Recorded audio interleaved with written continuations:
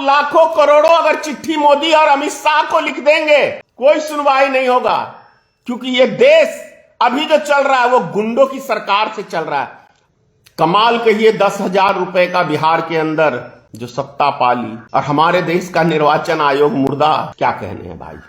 अब double engine की सरकार कहां है? अब तो नीतीश कुमार एक कठपुतली रह गए हैं, यूं कहे भाजपा की सरकार है अब। वैसे भी धनेश्वर महतो के खिलाफ काफी दिन से लगे हुए थे। भाई मेरा तो बोलना बंद नहीं होगा कि जो वर्तमान में सरकार है वे गरीबों की दुश्मन सरकार है, पूंजीपतियों की सरकार है और मनुवादी की सरकार है। ऐसे मॉब लिंचिंग हुए हैं जब से मोदी जी आए हैं सत्ता के अंदर, तब से क्या कहते हैं कई मुस्लिमों की हत्या हुई है मॉब लिंचिंग में, और वो करने वाले कोई इधर उधर के नहीं, सनातन धर्म के जो ठेकेदारी आरएसएस ने ले रखी है। और वो कैसे धर्म के ठेकेदार हैं ये तो खैर समझने वाले बच्चे समझते हैं।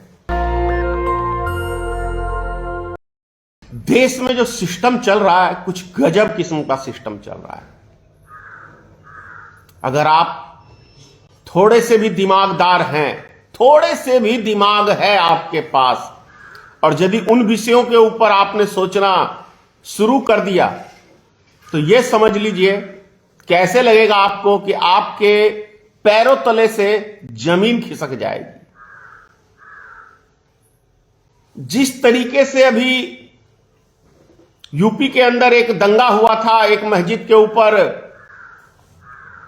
कुछ आरएसएस के ठेकेदारों ने मस्जिद के ऊपर झंडा लहराने का काम किया और वहां पे एक गोली चलती है,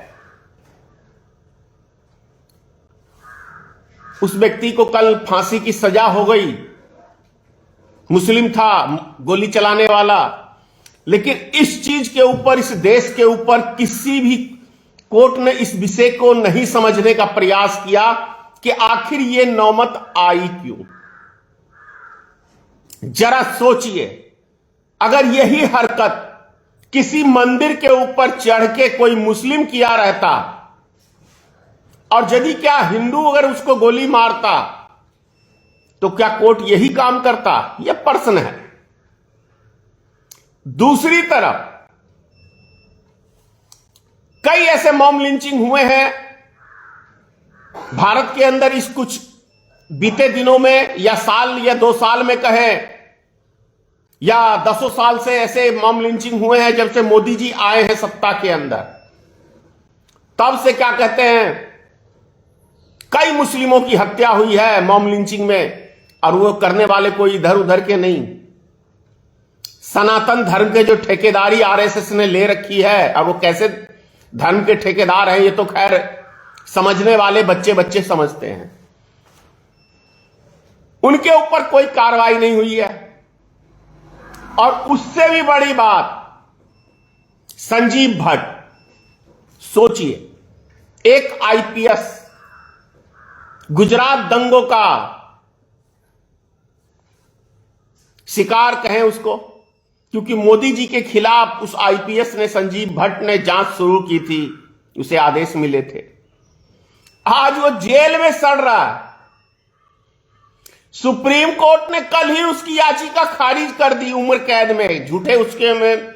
जिस तरीके से मोदी जी तो खैर माहिर हैं, अमित शाह जी इस काम के लिए बहुत बड़े माहिर मास्टरमाइंड हैं। इसी के वो चाणक्य जाने जाते हैं कि किस निर्दोष को कैसे फंसाना और कैसे उनको, क्योंकि उनके खिलाफ कुछ चाहिए ही नहीं, तो उसको सुप्रीम कोर्ट ने कोई जमानत नहीं दी। वहीं पे आसाराम बापू गुजरात में, उसको बेल मिल जाती है भाई, उसको बेल मिल जाती है। जब चाह रहे हैं वो भी आ रहे हैं बाहर।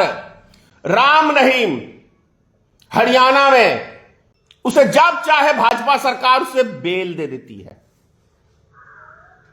2-4 महीने के लिए ऐश मौज। जब चुनावी मौसम आता है हरियाणा में के अंदर, तब उसे बाहर निकाल दिया जाता है।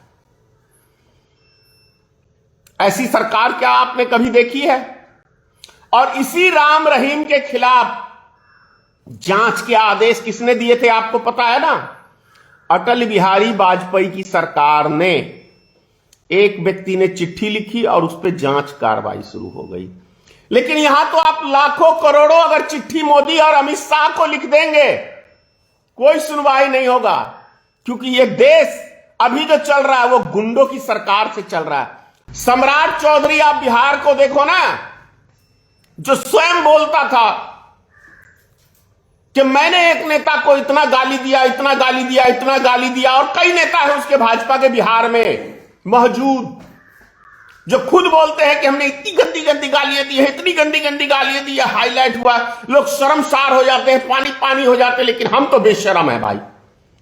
आज वो ज्ञान बांट रहा है कि आप सार्वजनिक तौर से किसी को गाली नहीं दे सकते हैं, वो ज्ञान बांट रहा है। कमाल कहिए 10,000 रुपए का बिहार के अंदर जो सत्ता पाली, और हमारे देश का निर्वाचन आयोग मुर्दा, क्या कहने हैं भाई। चाहे तो अब तो सम्राट चौधरी के हाथ में किसी को उठा के हमें भी अंदर कर सकता है, क्यों नहीं कर सकता है, कोई फर्क नहीं पड़ता। अब डबल इंजन की सरकार कहां है? अब तो नीतीश कुमार एक कठपुतली रह गए हैं, यूं कहे भाजपा की सरकार है अब। वैसे भी धनेश्वर महतो के खिलाफ काफी दिन से लगे हुए थे भाई, मेरा तो बोलना बंद नहीं होगा।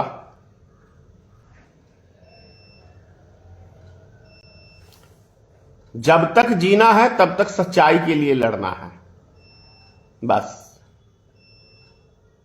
उसकी कीमत जो चुकानी पड़े कोई दिक्कत नहीं है, लेकिन सच्चाई तो यही है कि जो वर्तमान में सरकार है वे गरीबों की दुश्मन सरकार है, पूंजीपतियों की सरकार है और मनुवादी की सरकार है। यह सच्चाई है। जय दस्तक की आपसे गुजारिश है कि अगर इसको बचाना चाहते हैं तो नेशनल दस्तक को सब्सक्राइब करने के लिए रेड कलर के सब्सक्राइब बटन को दबाएं, फिर बेल आइकन की घंटी दबाएं। नेशनल दस्तक को बचाने के लिए बहुत जरूरी है कि हर खबर को शेयर करें, लाइक करें, कमेंट जरूर करें।